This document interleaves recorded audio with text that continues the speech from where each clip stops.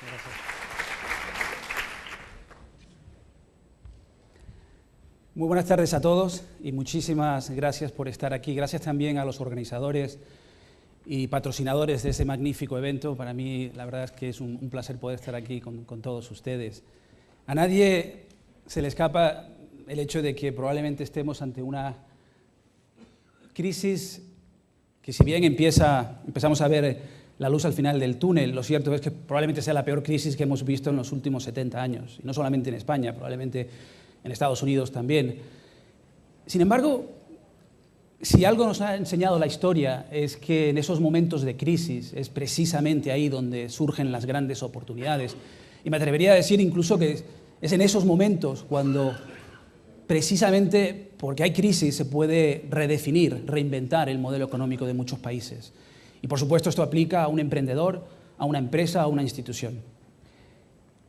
A la hora de reflexionar sobre lo que significan esos momentos de grandes cambios en mitad de una crisis, pensé que habíamos estado aquí ya antes, que había un momento de inflexión, de oportunidad histórica, y pensé en lo que significó para Inglaterra la abolición de la esclavitud.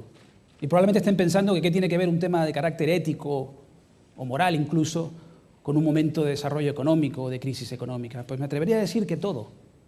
De hecho, en ese momento, si mal no recuerdo el año, pero bueno, a finales del siglo XIX, en el Parlamento británico había un grupo de parlamentarios que decían que sería prácticamente suicidio económico el de forma voluntaria y proactiva acabar con lo que ellos pensaban que era su gran ventaja económica, la mano de obra gratis. Y había otro grupo de parlamentarios que decían que no, que en ese momento de crisis es cuando era incluso más importante aún ser éticos y actuar con congruencia, porque sólo así podrían volver a renacer como país. Al final, después de mucho debate, se tomó la decisión correcta, creo, se abolió la esclavitud. Fue sin lugar a dudas un momento importantísimo en la historia de Inglaterra y del mundo entero. Esta decisión de abolir la esclavitud y acabar con la mano de obra gratis obligó a los representantes del mundo académico, del mundo civil, de la empresa, a los emprendedores en particular, a tener que colaborar codo a codo para crear las condiciones propicias que permitiesen que la innovación y, por supuesto, el espíritu emprendedor pudiesen florecer, para buscar alternativas tecnológicas a la mano de obra. De ese momento y de esa decisión surge el nacimiento de la máquina de vapor, del transatlántico, y esto da pie y nacimiento a la revolución industrial, que hizo que Inglaterra se convirtiera en la mayor potencia económica del mundo entero. Creo francamente que estamos ante un momento de coyuntura histórica, de gran crisis, pero también de grandes oportunidades. Las tres ideas de mi presentación se basan, en primer lugar, en la innovación, y creo que no se puede hablar de espíritu emprendedor sin hablar de innovación. En la opinión del presidente Obama y de la administración americana actual, la clave para aumentar la competitividad tiene que ser aumentar los indicadores de innovación de los países, de las empresas, y eso, por supuesto, aplica también a las instituciones, tanto gubernamentales como privadas. Al fin y al cabo, es la innovación en el siglo XXI la clave, el principal motor de la competitividad y crecimiento económico. Pero veamos exactamente a qué me refiero.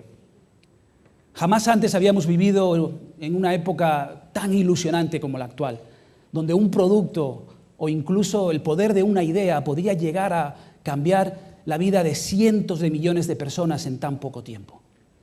El hecho, por ejemplo, de que la radio tardó aproximadamente 38 años, casi 40 años en llegar a 50 millones de usuarios. La televisión, 13 años. Internet tardó 3 años en tener 50 millones de usuarios. Pero los cambios son cada vez más exponenciales y la innovación no solo reduce y disminuye los precios, sino que mejora la competitividad. Facebook tardó 9 meses en llegar a tener 100 millones de usuarios. Desde luego, en este contexto, la innovación, que es tan importante para los países y para las empresas, se convierte en la clave de la competitividad. pero sobre todo se vuelve más perecedera. Hace tan solo una generación, un emprendedor aquí en Madrid, joven, podía innovar una vez en su vida, no sé, podía crear una fábrica de textiles o de salchichones, me da igual. Pero con una sola innovación podían vivir él y toda su familia durante toda una generación, al menos durante toda su vida. Hoy no. La globalización y, por supuesto, la liberalización de los mercados está haciendo que la innovación sea mucho más perecedera y, por supuesto, me atrevería a decir incluso que bidireccional. La innovación antes surgía en los países del primer mercado y fluía hacia el resto del mundo. Hoy no. Esos dos factores que he mencionado anteriormente, la globalización y, por supuesto, la liberalización de los mercados, hace que todos o cada uno de nosotros aquí tenga que preocuparse de lo que está haciendo alguien hoy en Brasil, en India, en China o en El Salvador. Pero también significa que hay grandes oportunidades para nosotros, precisamente porque hoy nosotros podemos ser competitivos ante alguien en Silicon Valley o, por supuesto, en cualquier otra parte del mundo. Y, por consiguiente, una vez más, la innovación es perecedera. Y la clave para el siglo XXI es, y desde luego para la recuperación económica y esta crisis, es la innovación continua. Tenemos que ser conscientes de que tenemos que reinventarnos una y otra vez. Los ciclos de vida de los productos son cada vez más cortos, cada vez más efímeros, y tenemos que estar dispuestos a reinventarnos una y otra vez. Desde luego, en el caso de Obama, y no soy yo la fuente más objetiva, por supuesto, fui parte de su administración durante 3 años, pero sí creo, francamente, que se ha marcado un antes y un después desde el 2008 a este momento en la historia de Estados Unidos. Jamás antes se había invertido tanto dinero en un solo sector estratégico de la economía en tan poco tiempo. Se está hablando en Estados Unidos de que esta gran inversión en innovación, en capital humano, en conocimiento, probablemente solo tenga una comparativa, y sería lo que ocurrió en Estados Unidos bajo el presidente Kennedy para enviar un hombre a la Luna. De hecho, hoy se le está llamando el nuevo proyecto Apolo a ese gran plan de innovación. De esos años de gran inversión en capital humano e innovación surgieron grandes avances tecnológicos que cambiaron el mundo. GPS, Internet, el microchip y muchas otras, como el ordenador personal, que han hecho que el conocimiento humano en los últimos 30 años se haya multiplicado de forma exponencial. Hoy estamos invirtiendo más dinero, proporcionalmente hablando, que jamás antes en la historia, y mucho más que en los años 60. Por darles una idea, dentro del plan de estímulo económico de Obama, se invirtieron más de 100.000 millones de dólares en programas de innovación, capital y desarrollo humano. Creo que esta frase lo resume de una manera bastante elocuente. Los Estados Unidos lideraron la economía mundial en el siglo XX porque eran líderes en innovación. Hoy la competencia es más intensa, el reto es más difícil, y es por eso que el país que lidere la carrera de la innovación en el siglo XXI liderará también la economía mundial. Y se lo han tomado muy en serio. Cuando digo la carrera, me refiero a una verdadera carrera. Veamos qué están haciendo las 10 economías más importantes del mundo, apostando por la innovación. Estados Unidos invierte más en I+D+I que las siguientes 3 economías juntas. De hecho, Estados Unidos es responsable de casi el 38% de toda la inversión en I+D+I de las 10 primeras economías del mundo. ¿Pero qué significa innovación? Todos, de manera intuitiva, pensamos en la innovación, por un lado, en eso, invertir en sectores de vanguardia, de futuro, inventarnos cosas que no existen y que puedan cambiar el mundo. Y por supuesto que tiene mucho que ver con eso. Pero la gran oportunidad, y particularmente en un momento de recuperación económica, tiene todo que ver con la innovación desde otro punto de vista. Y quizás más sencillo, más de oportunidad. Y es buscar formas de hacer lo que veníamos haciendo de la misma forma, de una manera más eficiente, más competitiva, más barata o simplemente mejor. Por supuesto, innovación es nanotecnología, energías alternativas, el sector aeroespacial y muchos otros. Pero hablemos de la innovación desde el punto de vista del día a día. Yo cuando pienso en la innovación pienso, por ejemplo, en la rueda. La rueda lleva con nosotros, con el hombre, miles de años. Sin embargo, no fue hasta hace aproximadamente 30 años que a alguien se le ocurrió la brillante idea de ponerle ruedas a las maletas. Yo recuerdo, tengo 42 años, recuerdo ir por los aeropuertos arrastrando la maleta el otro día. Eso es innovar. Innovar muchas veces significa simplemente reconsiderar los procesos, buscar maneras de ser más eficaz y eficiente. Eso puede significar una empresa de construcción que sabe poner ladrillos, que decide que va a reinventarse, innovando y transformarse en una empresa de desarrollo de infraestructuras avanzadas como vemos en esa fotografía. O puede significar el electricista de toda la vida que ante el momento de crisis sabe que hay sectores de crecimiento y sectores de oportunidad y por consiguiente tiene que convertirse en una empresa de redes, de instalación de redes inalámbricas de banda ancha. O el señor que tiene una farmacia, una botica y decide que va a reinventarse convirtiéndose en una fábrica de biofarmacéutica. La innovación, más en el día a día, como empresarios, como ejecutivos, puede significar algo tan sencillo como aumentar la oferta de productos o definir nuestros productos bajo un modelo de mayor valor añadido, de hacer más, ofrecer más al cliente.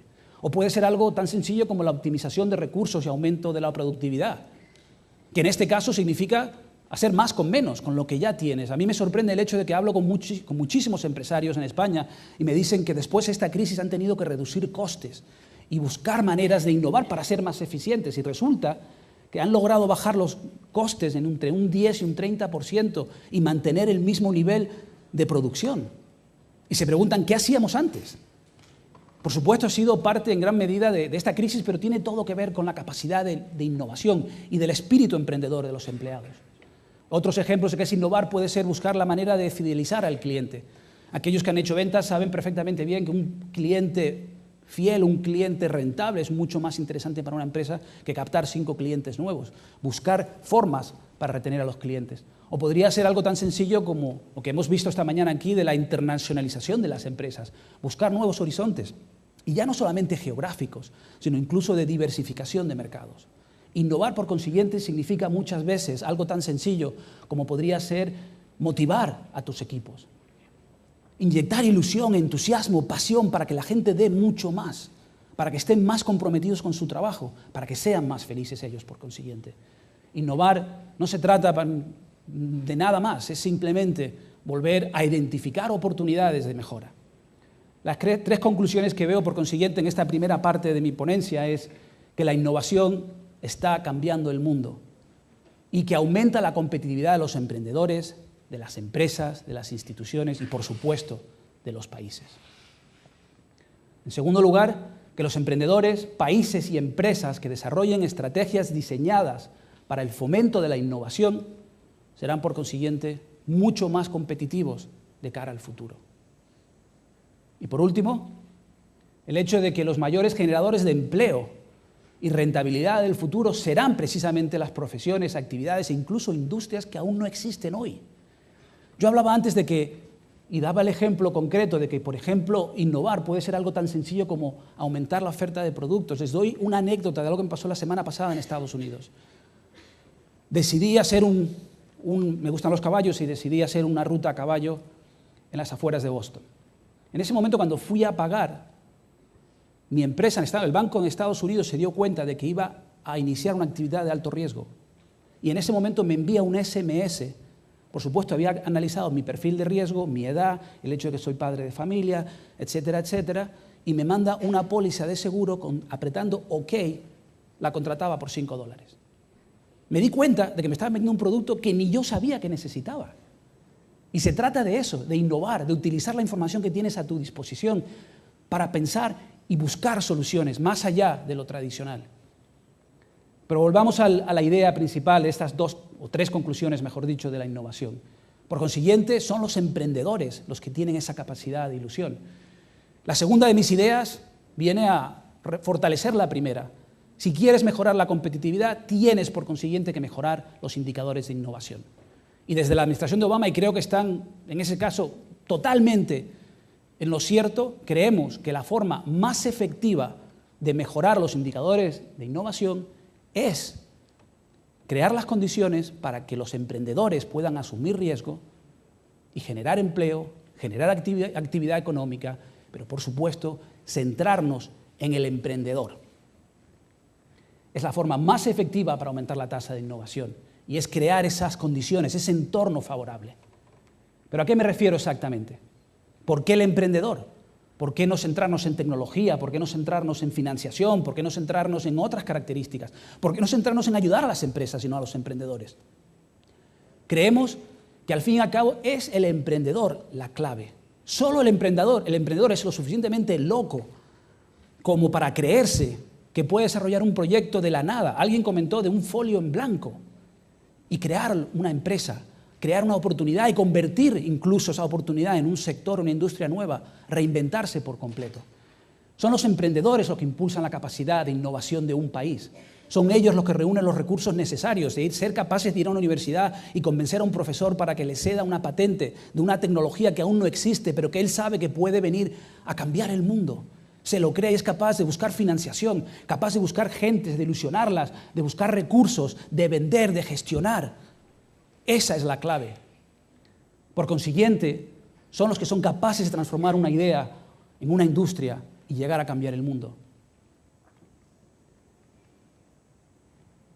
En preparación para esta presentación me puse a reflexionar sobre por qué Estados Unidos es, sin lugar a dudas, el país que más emprendedores tiene del mundo. ¿Qué tiene de particular? ¿Qué características definen a esa sociedad? Y hago una aclaración. Yo me fui de España con 15 años, he vivido toda mi vida en Estados Unidos, me considero tanto español como americano, lejos de hacer ningún tipo de comparativa de superioridad, ni mucho menos. Y vengo a decir que hay ciertas cosas que funcionan bien en Estados Unidos y que quizás esta sea una de ellas. ¿Cómo y por qué se crean esas condiciones para que puedan los emprendedores iniciar proyectos? Soy muy crítico con Estados Unidos en muchísimas cosas, pero una vez más creo que en esto están quizás más avanzados que nosotros. Hay, por supuesto, factores culturales e históricos. Tienen que ver con el hecho de que, para empezar, en Estados Unidos aman y quieren a sus emprendedores porque nace como país de los emprendedores. Los primeros colonos que llegaron a Estados Unidos eran esas mujeres y hombres verdaderamente emprendedores que eran capaces de abandonar su familia, su casa, el único mundo que conocían para cruzar el Atlántico en un viaje de meses, muchas veces sin saber cuál era el destino o si el destino sería seguro y arriesgando sus vidas en el trayecto. Esos, para mí, eran los primeros emprendedores. Y surge de ahí, esas razones culturales e históricas son parte del ADN norteamericano. Ese concepto de que en Estados Unidos creemos que para que la comunidad mejore tienes que apostar por el individuo. Muchas veces en Europa pensamos que tenemos que primero mejorar la comunidad y que al mejorar la comunidad mejora el individuo. No sé qué modelo es mejor, tan solo digo que el americano se basa en el individuo. Si le das formación, si le das oportunidades, si le das educación y él mejorará su familia, mejorará su entorno, mejorará su empresa, su comunidad. Es una forma distinta de ver la vida. Pero también la meritocracia es una palabra maravillosa, a mí me encanta. De hecho, ni siquiera existe en el diccionario de la Real Lengua Académica, lo cual dice mucho ya de por sí. ¿La meritocracia qué es? La meritocracia es un sistema que se basa en el mérito, que no importa quién eres, cómo te apellidas, de dónde vienes. Lo importante es cuánto estás dispuesto a dar y cuál es tu contribución a tu proyecto, a tu empresa, o a tu ciudad o a tu comunidad. Ese concepto de la meritocracia es algo que admiro de Estados Unidos. Más estatus y mayor reconocimiento. Yo soy hijo de un emprendedor, de un empresario. Mis padres montaron una empresa con 18 y 19 años respectivamente, con una Vespa, en un pueblo de Canarias, en Telde. Y he crecido viendo, desafortunadamente, la percepción tan negativa que se tiene muchas veces del emprendedor o el empresario en España.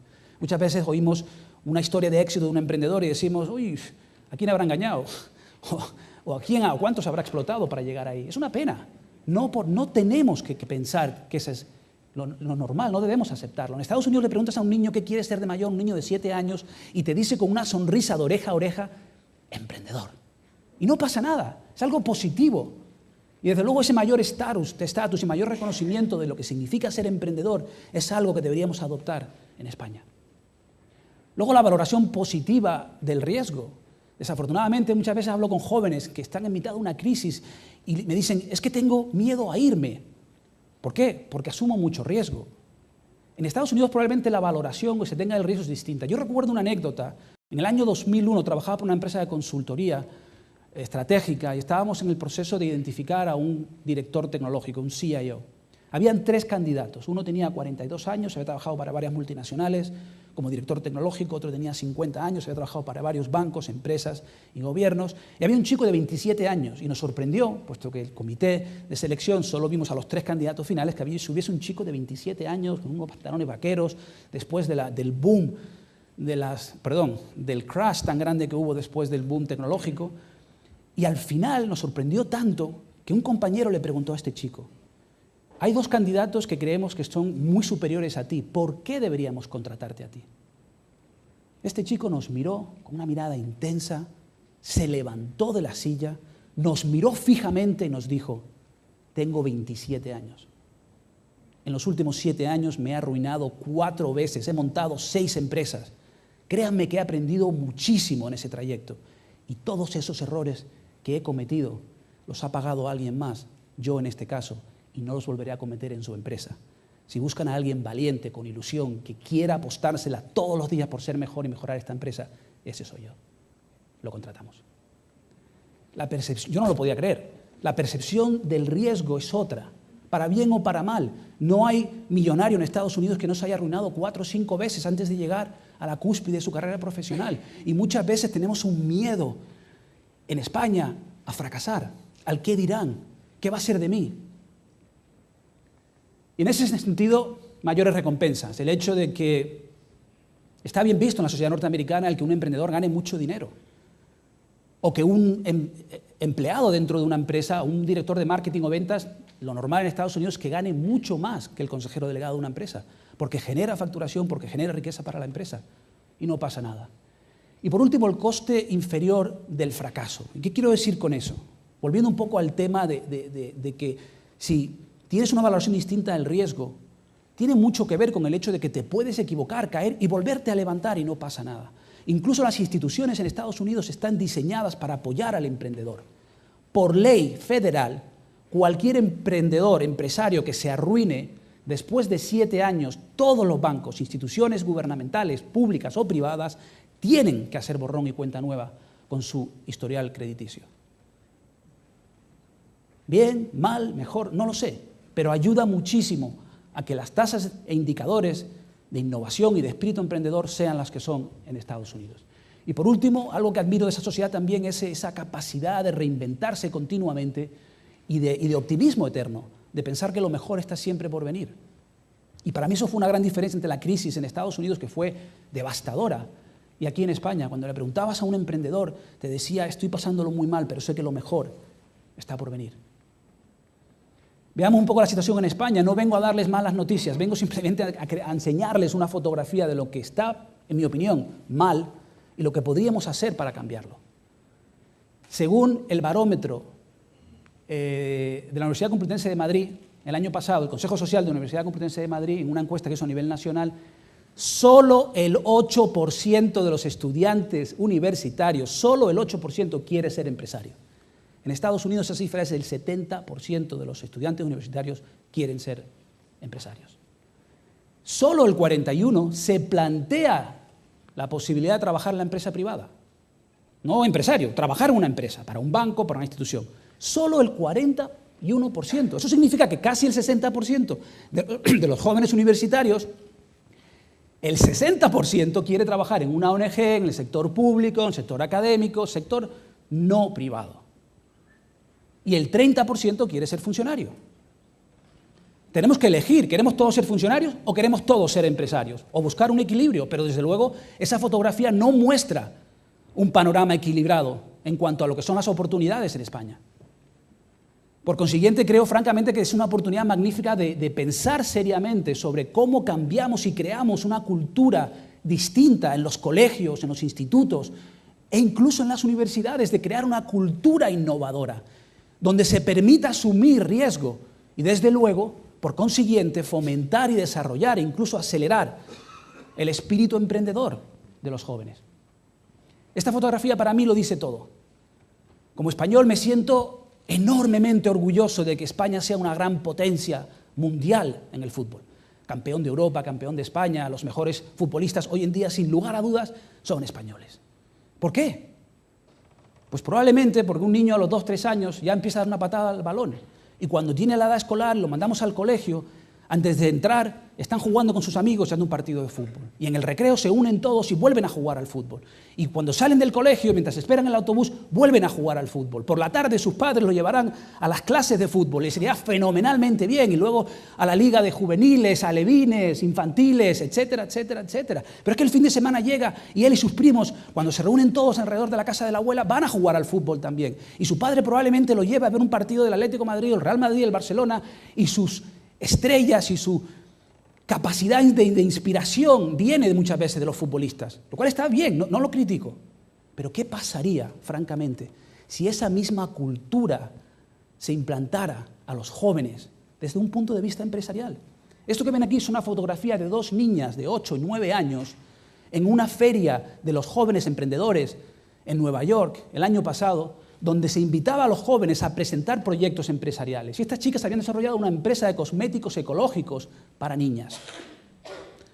Probablemente cuando apuestas por ese tipo de planteamiento surgirán las grandes cadenas de franquicias, de cosméticos de cara al futuro. Yo les voy a dar una anécdota, un ejemplo que tiene todo que ver, para mí por lo menos, con esa idiosincrasia que tienen los emprendedores. El año pasado, en verano, fui a una boda en Charleston, en Carolina del Norte, en Estados Unidos. El día antes de la boda decidí ir a visitar a un amigo que no veía desde la universidad. Un chico que tiene 36 años, multimillonario, se ha hecho rico, reinventado 4 veces, tiene todo tipo de empresas.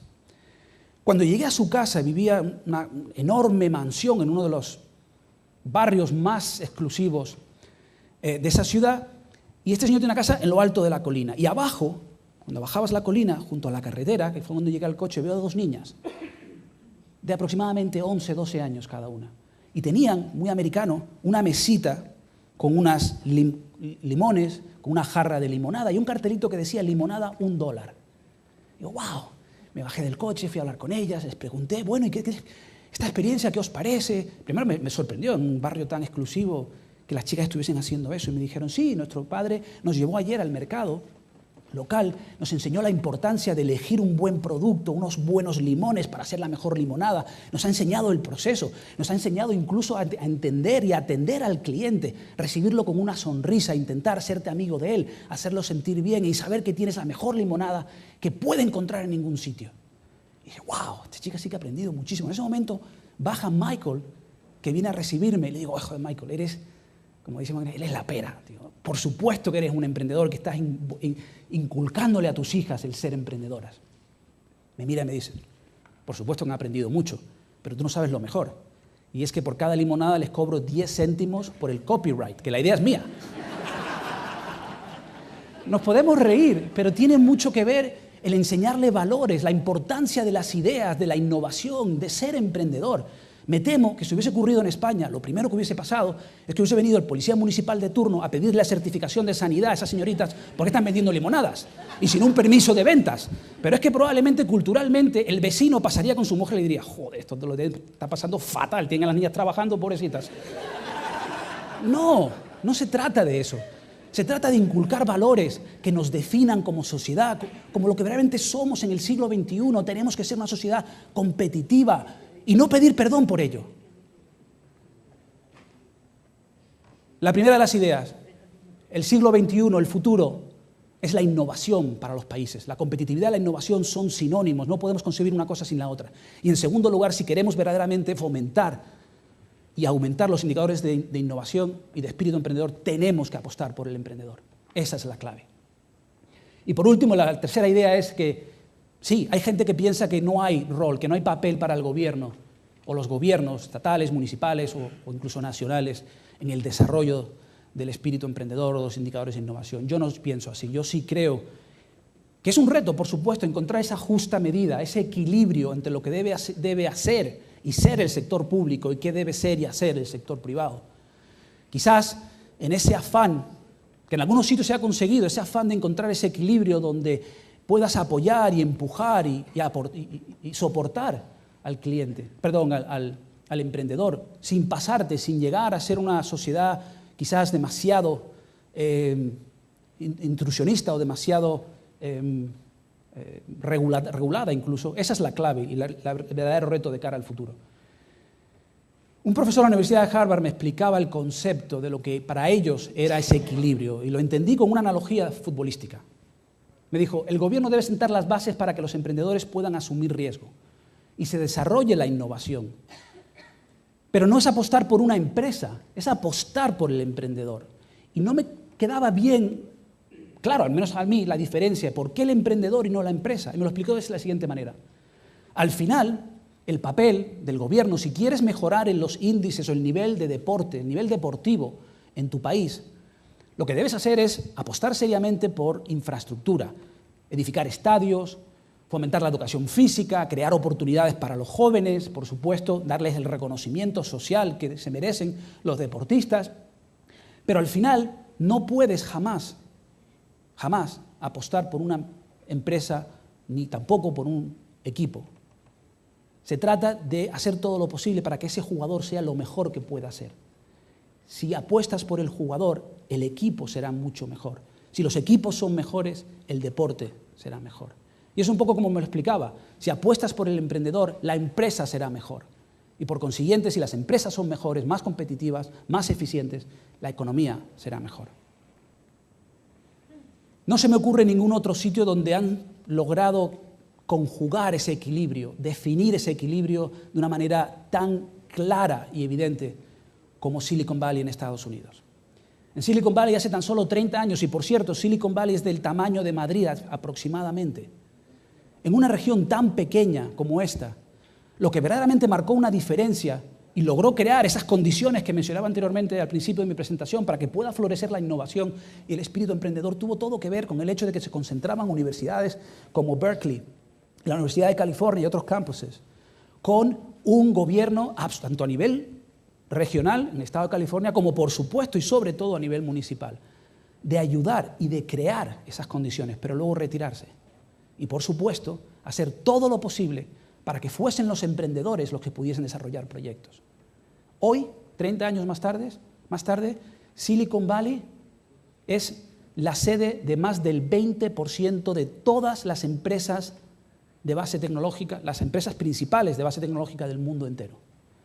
Silicon Valley es el responsable de aproximadamente el 50% del crecimiento industrial de Estados Unidos, la mayor potencia del mundo.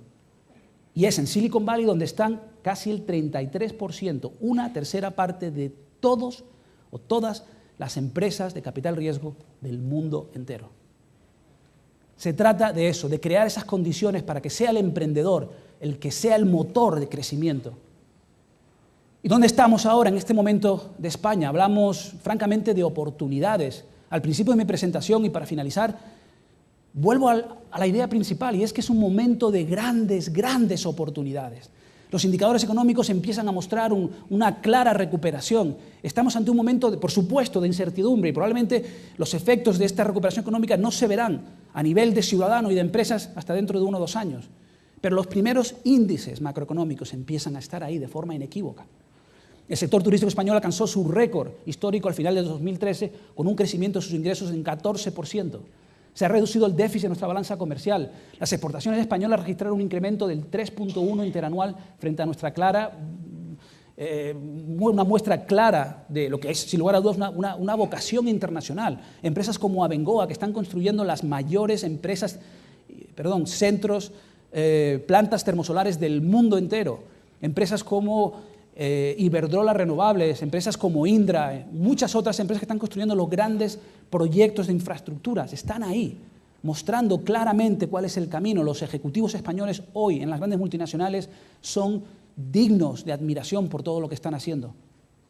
La generación actual de jóvenes es la generación más preparada en la historia de este país. Esto son claros indicadores de que estamos ante una oportunidad inmensa para los emprendedores. Y quiero finalizar, por consiguiente, con una breve y rápida reflexión sobre lo que significa este momento para la historia de España, en mi opinión. No está tan lejos de lo que significó la Revolución Industrial para Inglaterra. La antigua sociedad, o la antigua Grecia, tenía 2 palabras para definir el concepto del tiempo. La primera palabra que conocemos todos es cronos, el tiempo lineal, que se puede medir, el que conocemos en nuestra cultura occidental. un mes, un año, un minuto que puedes medir. Pero luego hacían referencia a un concepto muy interesante a la hora de definir el tiempo, y era kairos o kiros.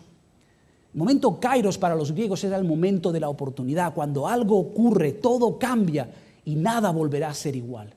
Un grupo de jóvenes se unen en las plazas de Kiev, crean y dan pie a una revolución social, todo cambia en ese país y ya nada será igual.